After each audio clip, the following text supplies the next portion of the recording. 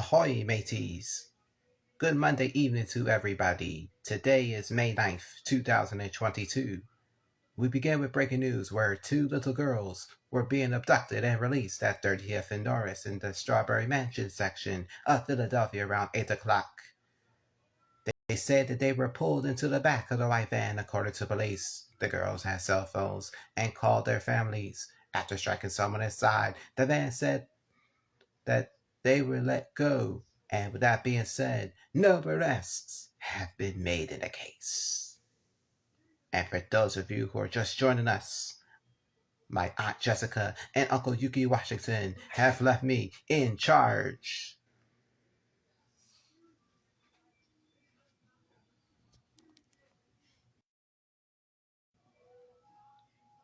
And now to the latest on the gas prices. $4.64 in a city known as Philadelphia, Garden State at $4.46, and Delaware has $4.39. That is a lot to pay.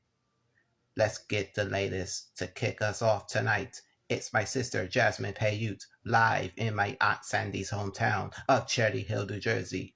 Jasmine, good evening, lassie.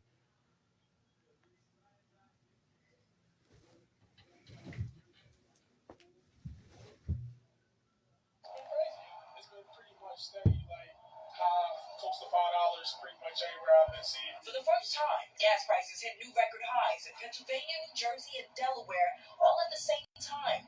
We're talking $4.46 in New Jersey, $4.64 in the Philadelphia metro area, and $4.39 in Delaware. Everything's more expensive, man. I mean, people, I gotta pay for gas to get to my two 725-an-hour jobs.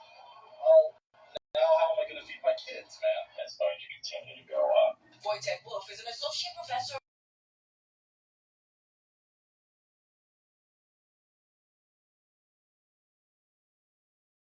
for every non-commercial vehicle owned and registered in the state.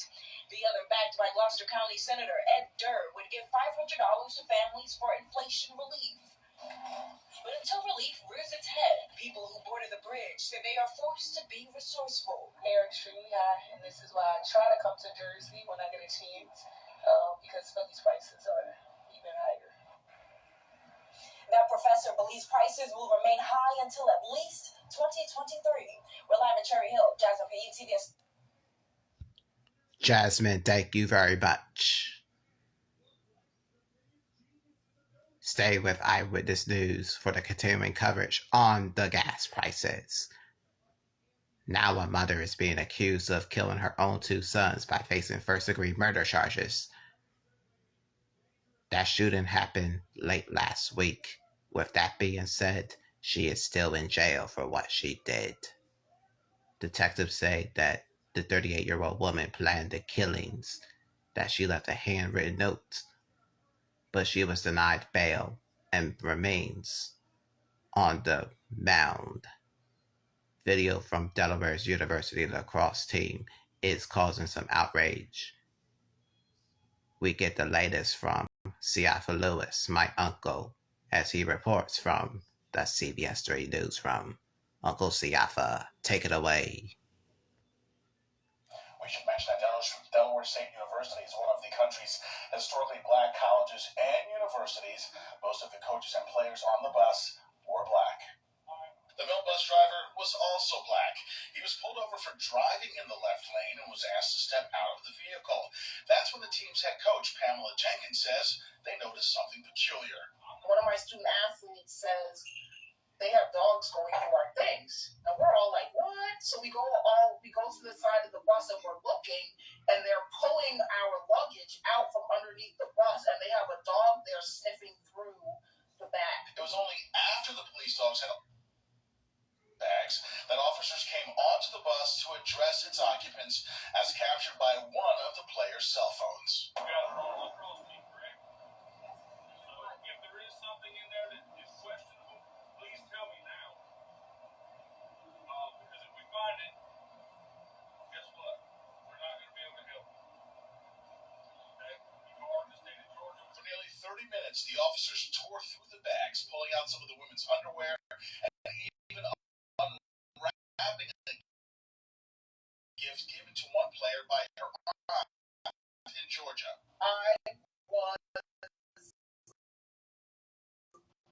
upset at the accusatory tone. Officer,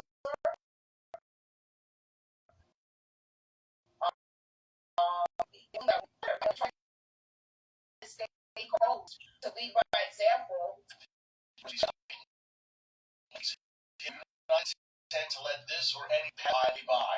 We are prepared to go wherever it's leads us. More significantly, we have the courage of our convictions.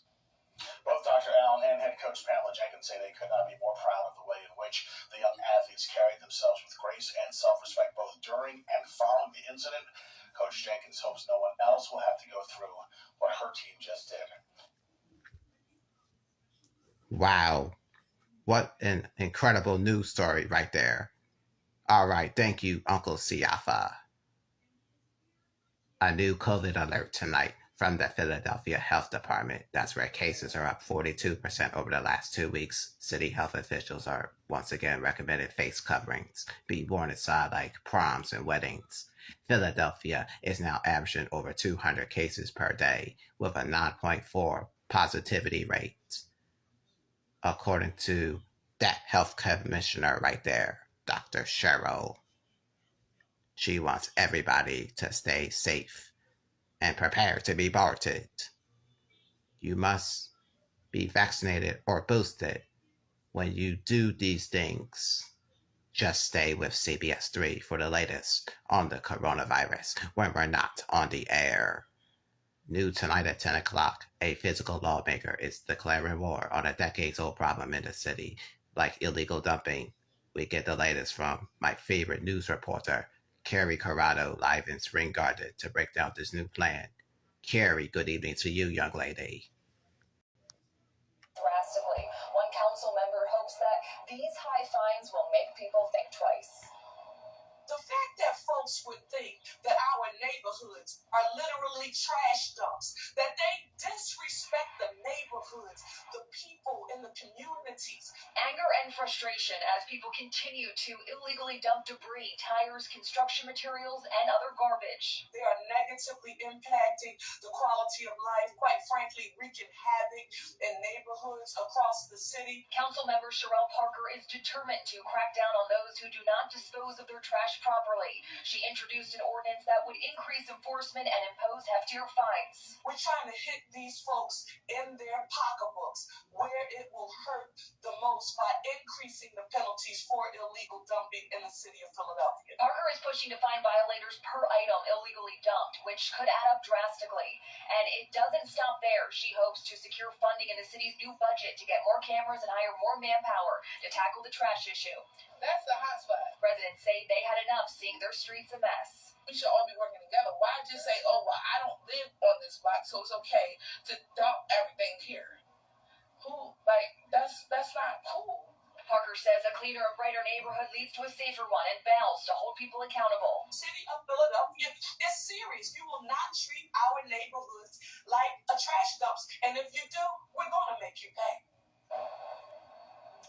Parker hopes to have this all voted on and passed by the city's budget deadline in June. Thank you, Carrie. And much more to come on Eyewitness News tonight on this Monday evening on the CW Philly. The United States is committing more money to Ukraine as Russia celebrates Victory Day in Red Square.